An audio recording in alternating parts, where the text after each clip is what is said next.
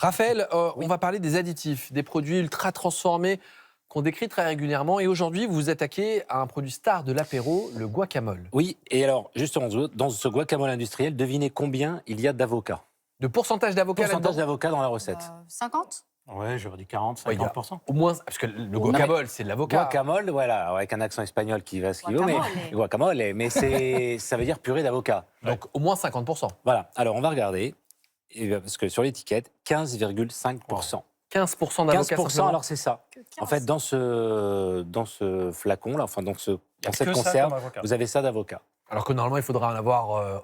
Au moins 80%, ça paraît bien, parce qu'il y a des tomates, des oignons, des choses comme ça, on va rajouter dans la recette. Mais comment on fait c'est quand même 15% hallucinant. Comment on fait un guacamole avec 15% d'avocats? Alors, là, justement, premier conseil que je peux vous donner, c'est de regarder à minima la liste d'ingrédients. D'accord, on va tourner le pot, alors on va regarder, on va découvrir ensemble.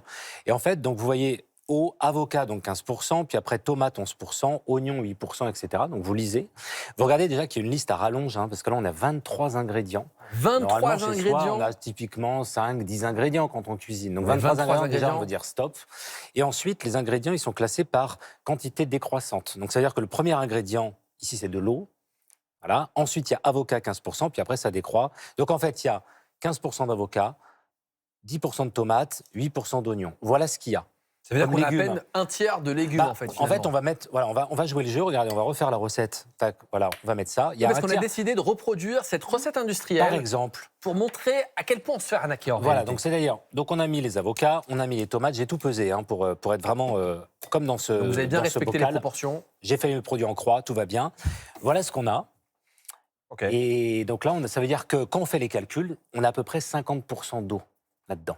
Donc plus, ils vont En fait, pas quand je fais donné, les calculs. Donc c'est hyper cher. et en plus, Bah c'est pas oui, en donné. plus, c'est Donc cher. 50% d'eau, en fait, on va compléter jusqu'à 300.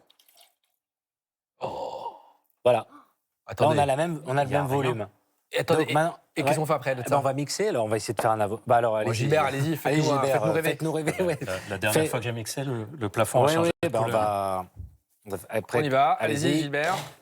On va mixer Allez-y, rapidement, pas mais peur. voilà, parce que l'idée, c'est une purée d'avocat, donc on mixe un peu. C'est de l'eau. Voilà, on va s'arrêter pour voir ce que ça Allez-y. donne. Ok. Voilà. Donc, on comprend bien le principe. Tout liquide. Bah voilà. Donc C'est c'est une ça soupe. notre guacamole, mais attendez, ça ressemble pas du tout à Bah, ça là dans le ouais. produit. C'est la même chose. Ça ressemble pas à ça, effectivement, parce qu'en fait, on a mis de l'eau. Enfin, ils ont mis de l'eau. Pourquoi? Parce que ça coûte moins cher. L'eau est beaucoup moins chère que des avocats ou des tomates, évidemment. De conclusion, en coupant le produit avec de l'eau, on perd du goût, on perd de la couleur, comme vous le voyez ici. C'est plus la même couleur. D'ailleurs, ça, c'est un verre quand même. C'est un verre qui est d'un colorant aussi, d'ailleurs. Donc, en mettant de l'eau, on perd la couleur, on perd la texture, on perd les goûts, on perd les saveurs. On perd tout, en fait, c'est ça le problème. Donc, il va falloir trouver une astuce. L'astuce, c'est quoi? L'astuce industrielle, ça va être de compenser. Donc, comme l'eau est aussi une source de microbes quelque part, on va rajouter un conservateur. On manque de couleur, on va rajouter un colorant. On manque de texture, on va rajouter des épaississants. Vous voyez le cercle vicieux, et c'est pour ça qu'on arrive à une vingtaine d'ingrédients, en fait, dans ce plat. On va rajouter notamment de la. Alors, voilà, ce qui manque beaucoup, là, on l'a compris, vous nous avez dit que c'était de la soupe, il manque cette épaisseur, cette viscosité. Donc, quand vous regardez l'étiquette, c'est marqué amidon de maïs. Bon, amidon de maïs, on connaît, vous connaissez tout ça, farine de maïs, mais c'est amidon de maïs modifié. Alors, modifié, ça veut dire quoi? Je me suis procuré le produit des industriels. C'est amidon modifié chimiquement ou modifié physiquement. Ça veut dire qu'on a transformé le produit, donc on commence à s'éloigner de ce maïs.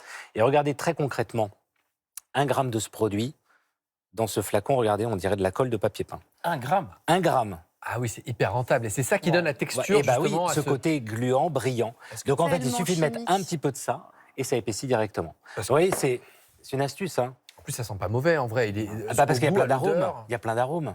On Donc met on des se fait arômes arrêter. avocats, on met des arômes guacamole. Donc on a bien compris, peut- on se fait avoir. Rim Ah oui. a dit, ça coûte très cher. L'idée, Donc, c'est de le faire maison. On va le faire et on va faire en 3 secondes. Alors, Rim, vous avez coupé déjà Allez. un avocat, c'est ça. On va mettre là-dedans. Franchement, chez soi, vous prenez les épices que vous voulez.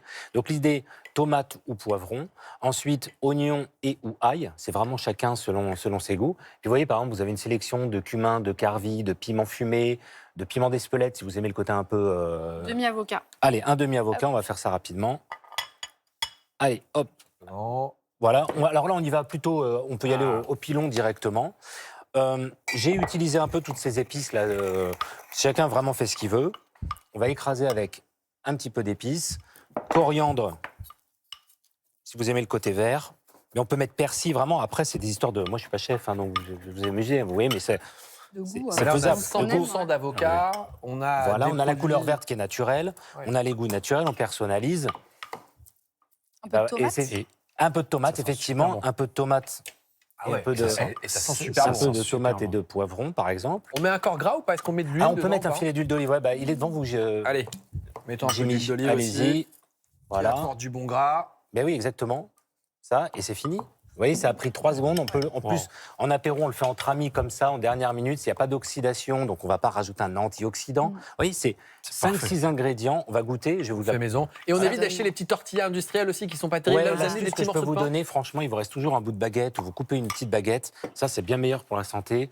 On trempe tout ça. Eh bien, on va Je déguster vous ça parce l'apporte. qu'on va continuer de parler Allez. d'alimentation. Merci beaucoup, Raphaël.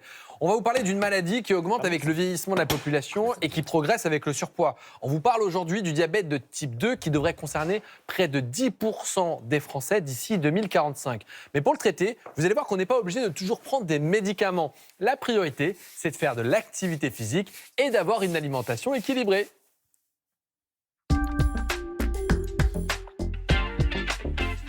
Pour répondre à toutes nos questions, nous sommes ravis d'accueillir le professeur Lise Bordier. Bonjour professeur. Bonjour. Vous êtes endocrinologue, diabétologue à l'hôpital national d'instruction des armées de Bégin et on remercie le service de santé des armées de nous avoir prêté le temps de l'émission. N'hésitez pas à poser toutes vos questions par SMS au 41 555 ou avec le hashtag santé F5.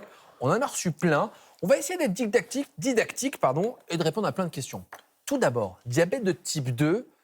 Comment on sait qu'on est diabétique de type 2? C'est quoi la définition?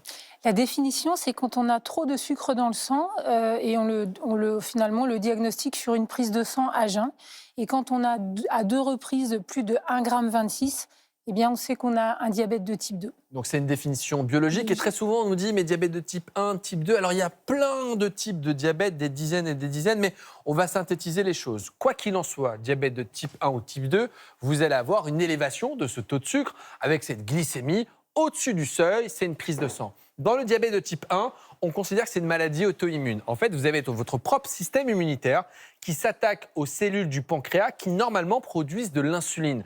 Dans ces cas-là, le diabète de type 1 arrive chez des sujets plutôt jeunes et c'est assez bruyant, on est souvent hospitalisé. Alors que dans le diabète de type 2, c'est lié au manque d'activité physique, le surpoids, la graisse qu'on va prendre au niveau du ventre, ce qui fait que notre insuline, elle marche un peu moins bien. On parle d'insulinorésistance. Votre pancréas s'épuise avec le temps et le taux de sucre monte progressivement. Et c'est comme ça qu'on parle de diabète de type 2. Alors, qui doit la faire, cette prise de sang? Est-ce que moi, par exemple, je dois y aller régulièrement ou est-ce que c'est un petit peu plus tard en âge? Voilà. Alors, effectivement, il y a un dépistage parce que c'est une maladie qui est silencieuse, à la différence du diabète de type 1. Donc il faut y penser quand on a plus de 45 ans, quand on a des antécédents familiaux de diabète, si on est en surpoids ou en situation d'obésité, si on a d'autres facteurs de risque comme de l'hypertension, du trop de cholestérol.